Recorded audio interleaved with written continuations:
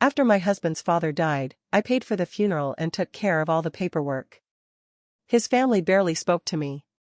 A month later, I found a group chat with the title, "She Just Wanted His Money Anyway." My husband was in it. When I asked why, he said, "You overstepped." I packed my bag that night. But before I left, I went into the basement and found. Darren and I have been married for 5 years. We live in Kenosha, Wisconsin. No kids. We were trying, but it never happened. Maybe that was a sign I ignored. Darren's dad, Gary, passed away in March. Heart attack in his sleep. No warning. Just didn't wake up. Gary wasn't warm or emotional, but he was always polite with me. We never got close, but we got along. He lived alone after his wife died 10 years ago. Darren was his only son. When we got the call from the hospital, Darren fell apart. He just shut down completely. I thought it was grief, and maybe it was, but looking back now, maybe it was something else too. He didn't make a single call. Didn't answer family texts. Wouldn't even call the funeral home. He just laid on the couch, silent, for days. So I stepped in. I called the funeral home, handled the service, wrote the obituary, ordered the flowers, and scheduled the burial. I used my own money. Gary's accounts were frozen until probate. Darren didn't offer a dime. I kept thinking, this is what you do when your partner can't function. You carry the weight. You help them stand back up. His family? They didn't lift a damn finger. Claire, his sister, drove in from Madison the day before the funeral. She barely looked me in the eye. Steve, his cousin, came with his wife, didn't say a word to me. Barb, the aunt, was more interested in the potato salad than her dead brother. Not one of them thanked me. Not even after I sorted through the paperwork, called the bank, found Gary's will, contacted the lawyer. I wasn't asking for applause. But a simple thank you would have gone a long way. Weeks went by. I thought the air would clear, but it didn't. Darren was cold. Distant. Passive-aggressive. Snapping over nothing. Not touching me. Not talking to me unless he had to. Then one night, I saw his phone buzzing over and over. He was in the shower. I picked it up. No passcode. It was a group chat on Messenger. Title, "She Just Wanted His Money Anyway." I still remember the way my heart thudded. Like it was slamming against my ribs. The messages went back weeks. Right after the funeral. Claire, I'm sure she's got some scheme up her sleeve. Barb, she's probably eyeing the inheritance like a hawk. Steve, she took over the whole funeral like it was her dad. Darren, she overstepped. She always does. That last one. From him. From my husband. The man who watched me cry from exhaustion after filling out death certificates and social security forms. The man who didn't even lift a pen while I managed everything. I waited until he came out of the shower. He looked relaxed. Towel on, humming some tune. I handed him the phone. Didn't say a word. He looked at it, and his face went pale. Then he said, flat as ever, "You overstepped." That was it. No apology. No explanation. Just that. I told him I was leaving. He laughed. Said, "You're overreacting." He told me I was always too emotional. I didn't scream. I didn't fight. I went into the bedroom, pulled out my old duffel bag, and started packing. I was almost out the door when I remembered something. Gary's basement files. He was old school. Never trusted digital storage. Darren used to complain that his dad kept paper records of everything, insurance, bank stuff, Navy documents, even grocery receipts sometimes. Something inside me said, check before you go. Just once. I went down there. It was cold and smelled like wet concrete. The lights flickered when I pulled the chain. There were plastic tubs on the shelves. All labeled by hand. I started digging. The first bin was boring, old tax returns, dentist bills, bank slips from 1994. Then I saw a bin labeled, Trust and Miscellaneous. That's where I found it. A manila envelope. Inside was a letter, written in blue ink. Gary's handwriting. I recognized it from birthday cards. If anything happens to me, I want Darren to keep the house. But I don't trust him with the rest. He never learned to manage anything. The money should go to the one who took care of me when it mattered. I froze. Under that letter were official papers. Legal documents. A trust. Executor, me. Beneficiary of everything except the house, me. Savings, investments, car, life insurance, everything. I took a photo of every page with my phone. Then I found a small notebook with a rubber band around it. It was Gary's journal. Not detailed, but he wrote thoughts here and there. One entry said, Darren keeps asking about my insurance. I told him it's private. He seemed annoyed. Said I should update my will. Gave me a weird look after dinner. Another one, I think he's counting down the days. I'm not stupid. I sat there in that cold basement, heart racing. All this time, I thought I was helping a grieving husband. But maybe Gary was trying to warn me. Maybe I was sleeping next to a man who didn't just betray me. Maybe he was watching the clock too. I put everything back exactly how I found it. Went upstairs. Grabbed my bag. And left. But I wasn't running away. No. This wasn't finished. I wasn't going to be the quiet wife who disappeared while they laughed about me in a group chat. I had proof. And I had a plan. I drove straight to my sister's house that night. She lives across town, about 20 minutes away. When I showed up at her door with red eyes and a duffel bag, she didn't ask questions. She just let me in, made tea, and sat with me until I finally told her everything. She was furious. You need a lawyer, she said. She was right. The next morning, I called an estate attorney in Milwaukee. I told them about the trust, the documents, the journal, and what Darren and his family had been saying. They set up a meeting right away. I brought the photos. The lawyer, Mr. Ellison, looked through everything. After 10 minutes, he looked up and said, "These documents are valid. You're the legal executor. And if this is all true, your husband and his family could be in for a surprise." That gave me a little strength. But things weren't over yet. While I was out of the house, Darren started making moves. I found out from our joint bank notifications that he tried to withdraw $8,000 from our savings account. Lucky for me, I'd already frozen the account the night before. Then he texted me. "You're seriously doing this? You're making a fool of yourself. Gary would be ashamed of you." I didn't answer. But I took screenshots of everything. Later that week, I got a call from Barb. She left a voicemail acting concerned and said she just wanted to talk things over. She must have known I found something. Then came Claire. She emailed me. Short and smug. "You were never part of this family. I don't know what you're trying to pull, but Darren's getting legal help." I forwarded the message to my lawyer. 2 days later, I filed an official petition with probate court to secure my role as executor. My lawyer attached copies of Gary's documents, and we filed a request to freeze all asset transfers until a judge could review the trust. That same afternoon, I got an email from Darren's lawyer, some overpriced firm in Racine, accusing me of tampering with documents. They weren't expecting that I had originals. My lawyer told them so. Then it got uglier. I found out Darren had already been in touch with a realtor. He was trying to sell Gary's house. The one Gary had left to him. But not the rest of the estate. Not legally yet. And not without going through probate. I called the realtor and sent a cease and desist through my lawyer. That shut it down fast.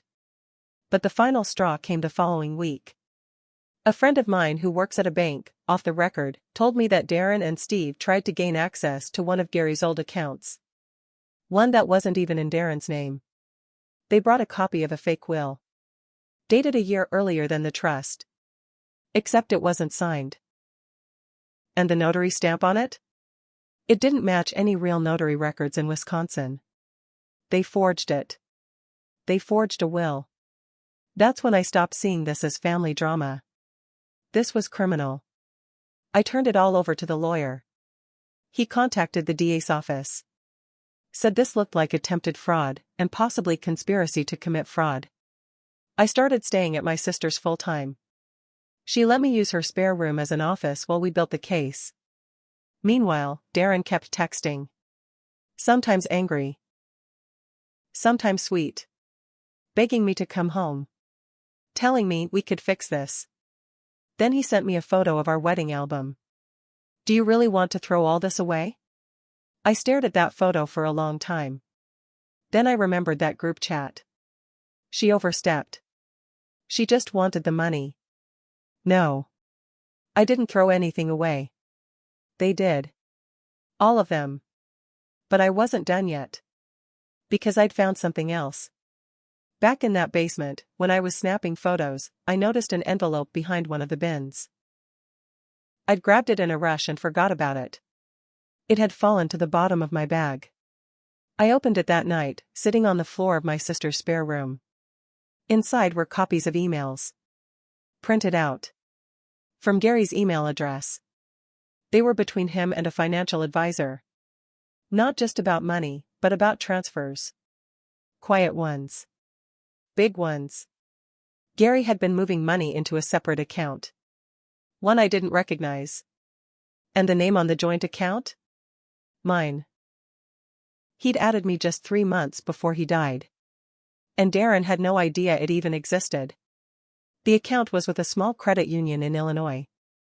Just across the state line. The kind of place someone like Gary would trust, no big corporations, no online banking, everything done in person. I drove there the next morning with my ID and the documents. The woman at the desk looked through everything carefully. Then she gave me a slow nod and asked me to wait. 10 minutes later, she came back and led me to a private office. Inside, she handed me a folder. Gary had opened the account 3 months before he died. There were only 2 names on it, his and mine. The balance? $213,000. I sat there stunned. Not just at the amount, but that he'd never told anyone. Not Darren. Not Claire. No one. And then she said something that made my stomach twist. There's also a safe deposit box in his name. You're listed on that too. She took me downstairs. A steel door, thick walls, a cold hallway. Like something out of a bank heist movie. Inside the box were only 3 things. 1. A flash drive. 2. A manila envelope labeled "for when they show their true colors." 3. And an old photograph of Gary and me. It was from a barbecue 3 summers ago. I didn't even know it was taken. We were standing near the grill. I was handing him a plate of food, laughing at something he said. He had this half smile on his face, calm, real. I opened the envelope. Inside were more copies of legal documents. A second version of the trust. Same as the first, but this one had a detailed addendum. He wrote out specific wishes. If Darren attempts to manipulate, pressure, or deceive anyone for financial gain after my death, I want these actions reported. This trust is not just about who gets what. It's about who deserves it. Then I plugged the flash drive into my laptop. There were video files. Dozens of them. Gary had recorded short clips. Talking into a cheap webcam.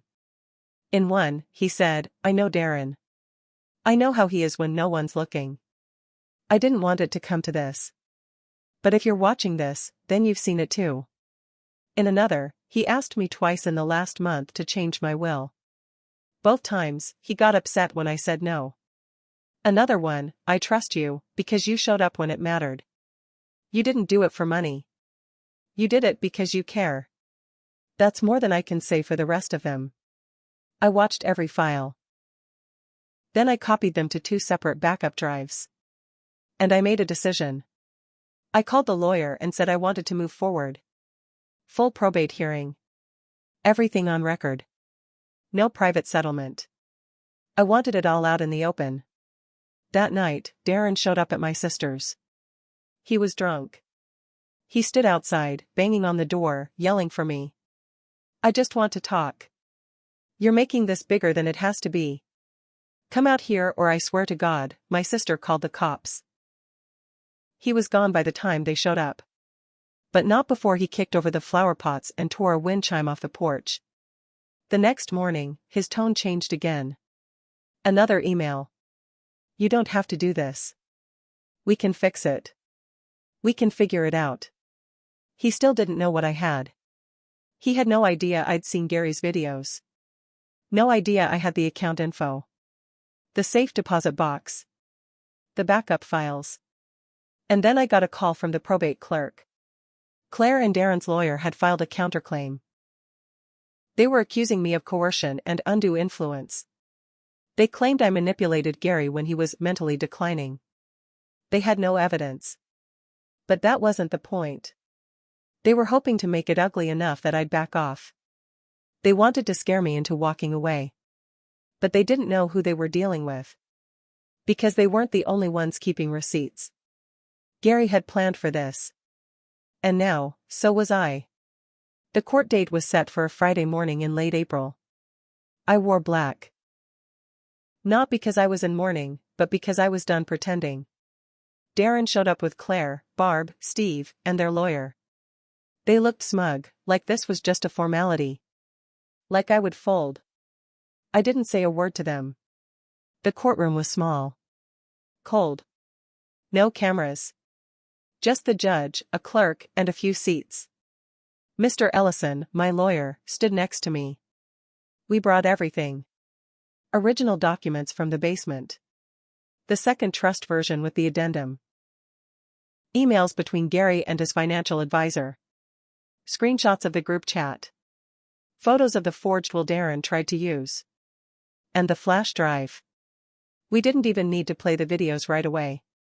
The judge flipped through Gary's letter, the one in his handwriting, and raised an eyebrow. Who wrote this? She asked. Gary Holbrook, my lawyer said. The deceased. She read a few lines aloud. The courtroom was silent. Then we handed over the financial records. The quiet account Gary opened. The paper trail of Darren asking for money before Gary passed. Darren's lawyer tried to object. Said it wasn't relevant. The judge shut it down. And then, we played one of the videos. Just one. It was the clip where Gary looked straight into the camera and said, if Darren is trying to lie his way into money he doesn't deserve, I want that on the record. I trust her. I don't trust him. Not with a single penny. That was the moment the room shifted. Darren went pale. Claire looked like she was about to choke. Steve actually leaned back and whispered, "OSH*T" under his breath. The judge looked at Darren's lawyer and said, do you wish to continue your claim of undue influence after seeing this? She stammered. We may need to revisit our argument. And then I spoke. For the first time. I looked at Darren. He couldn't meet my eyes. I cleaned your father's house. I planned his funeral. I stayed up every night reading paperwork you didn't bother to touch. And while I was doing all that, you and your family were mocking me behind my back. You called me a vulture. You called me greedy. But the truth is, Gary saw what I did. He knew what all of you really are. The judge nodded slowly. Then she said, case adjourned for final ruling. But from what I've seen here today, it won't take long. And she meant it. 2 weeks later, we got the decision. The court upheld the trust. I was confirmed as the legal executor. All assets, stocks, accounts, retirement, personal property, were to be liquidated and handled under my authority. Darren was legally granted the house. That was in the original terms. But nothing else. Not a single dollar beyond that. As for the forged will? The judge referred it to the district attorney's office for criminal investigation. That was just the beginning. The DA opened a full probe. They called me in for a statement. I turned over everything. Emails, fake documents, even a voicemail from Steve bragging about getting around probate. Idiot didn't realize I'd saved it. Darren was charged with attempted fraud. Claire and Steve were listed as co-conspirators. The DA offered them a deal: testify against Darren, or face charges too. They flipped on him instantly. Turns out, Darren had planned to sell the house and split it 3 ways between them behind my back. He figured if I freaked out, they'd just offer me a small payout and send me on my way. Instead, he lost everything but the house, and even that didn't last long. Because here's the part they didn't know. Gary had a reverse mortgage on the property. Darren never read the fine print. 6 months after the case ended, the bank came to collect. He either had to pay back the loan in full or sell the house. He couldn't do either. The house went into foreclosure. Auctioned off. Sold to a young couple who sent me a thank you card for helping keep it intact during probate. They'd heard the story from a neighbor. Darren moved back in with Barb. Last I heard, he was working part-time at an auto shop in Racine, still trying to piece his life back together. Claire lost her job at the accounting firm when word got around about the forgery charges. Steve's wife divorced him after she found out what he was involved in. And me? I stayed quiet. I took the money I legally inherited and moved out to Door County. I opened a small bed and breakfast. Nothing fancy, but peaceful. Peace I earned. Gary gave me more than money. He gave me proof. He gave me the tools to fight back. And in the end, I did. I don't regret leaving Darren. I regret staying as long as I did. But I'm not ashamed of how it ended. Because I didn't destroy him. He did that all by himself.